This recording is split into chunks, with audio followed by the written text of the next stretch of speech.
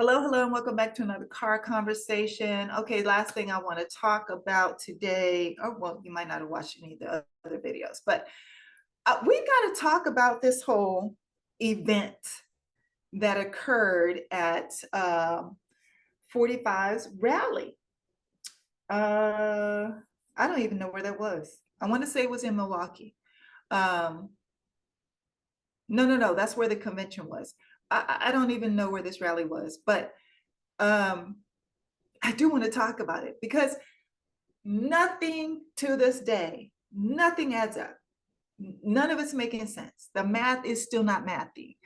So we've received like tidbits, little dribbles, dribs, drabs of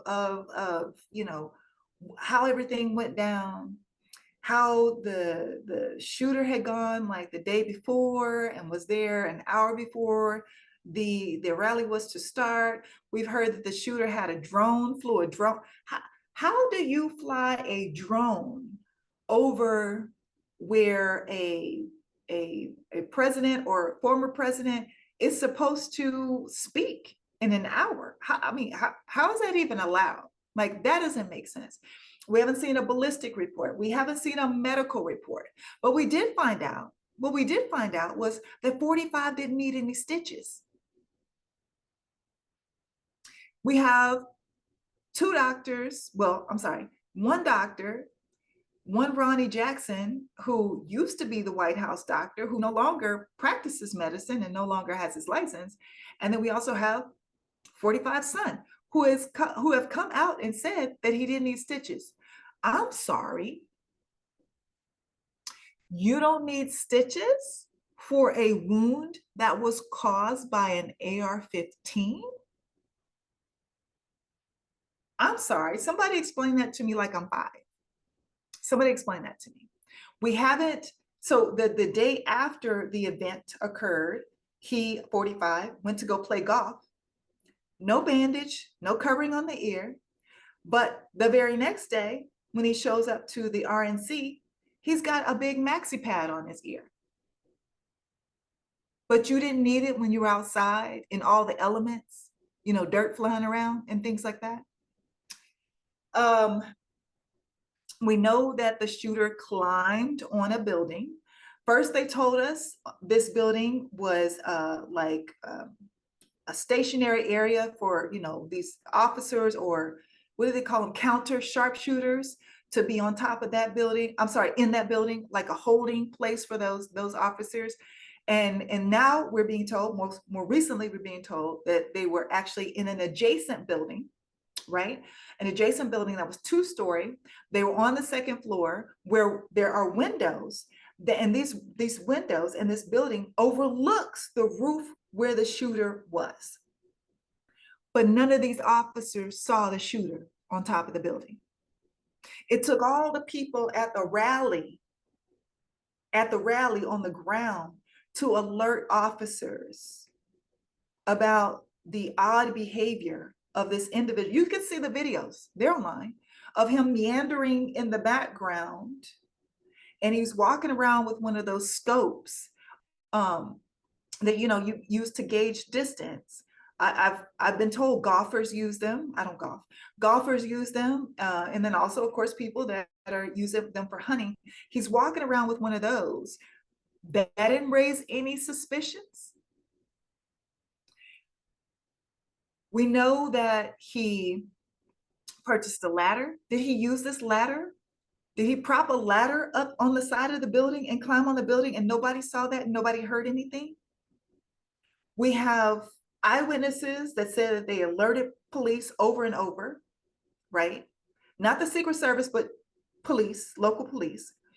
And then we also have the woman who owns the property that's adjacent to where the rally was. She spoke to reporters and said that no Secret Service, no officers, nobody came to talk to her about securing her property. They just closed a gate with some zip ties, where you can use scissors on zip ties, but nobody spoke to her. She said that, more than likely bullets were flying over her head because she was outside watching the rally, and was not aware that, this is transpiring over her head. sharpshooters from the stage trying to take out the shooter over here. Then we had the Boston Globe reporter. He went on another media outlet. I want to say it was MSNBC, so you can find this interview. And he said that he noticed that, the Secret Service was kind of, buzzing around when he first got there. This was 25 minutes before the rally. They set up their sharpshooters, their guns, in the very direction where the shooter was on top of this building. 25 minutes before the rally began. They set up their guns in that direction. And then he said that they just kind of calmed down. So he was like, oh, well, maybe they're pointing their guns in that direction because that's where traffic is coming in. So, he just kind of blew it off. And then he said when everything went down, when clearly, there were shots being fired, he first looked at the Secret Service's guns, thinking that it was a proactive thing, like they saw somebody, that's why they were pointing the guns that way. He's like, no, this was return fire. So he was like, I don't want to assume anything, but why or how did they know that they should have their guns aimed in this direction? We also found out that 45's team back in 2016 had the shooter's family, parents, on some sort of watch list for Republicans in the area that were also gun enthusiasts, I guess, because of the number or the amount of guns that they had purchased. So they were on a watch list for 45's team as far back as 2016. We have the shooter was in some rifle club, but his classmates said he really didn't win anything because he wasn't a great shooter. So we found out he was a loner, basically sat alone at lunch. He wore hunting gear sometimes to school. Apparently he had no social media footprint at age 20, 21. But they did find some searches on his computer, some interesting searches on his computer. He searched the Crowley shooter, the high school shooter. I want to say that was Colorado, but I'm not sure, so correct me if I'm wrong. The one where the parents got charged as well. That case, he Googled that case. He looked up where this rally was to be held and when. He also looked up, supposedly, he also looked up when the DNC is supposed to be held in Chicago. They found a rudimentary bomb in his vehicle and also in the home. They found, I want to say 12 plus guns in the house overall.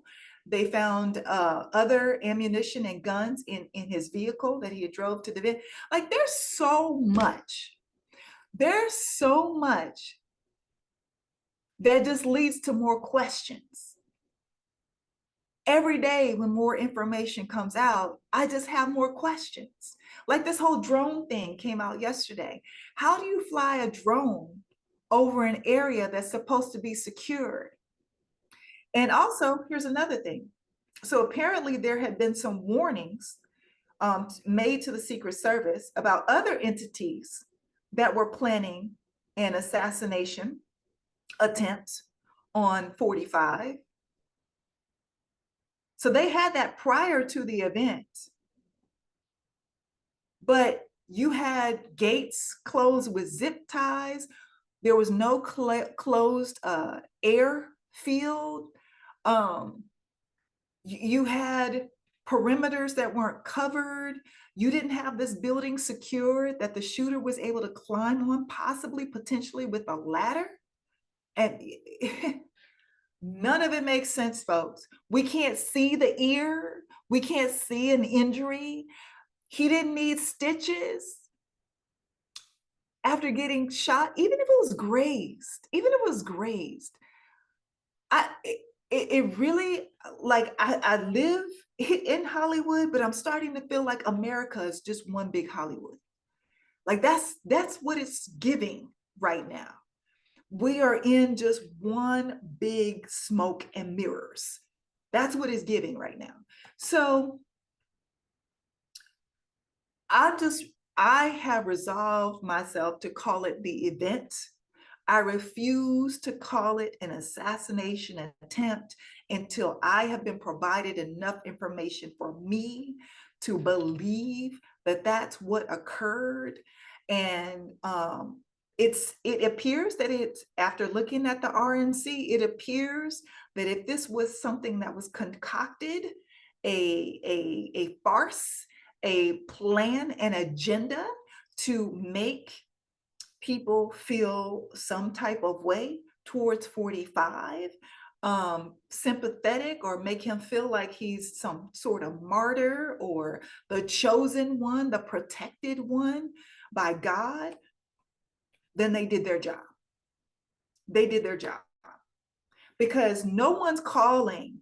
The mainstream media is reporting this information, but nobody's calling them out on this information. Nobody's saying, well, hey, this is not making sense. Now, you have some gentle pushing, but again, I cannot emphasize to you how this feels like we are living in one big Hollywood, one big Wizard of Oz, just one big production is what it's feeling like at this point.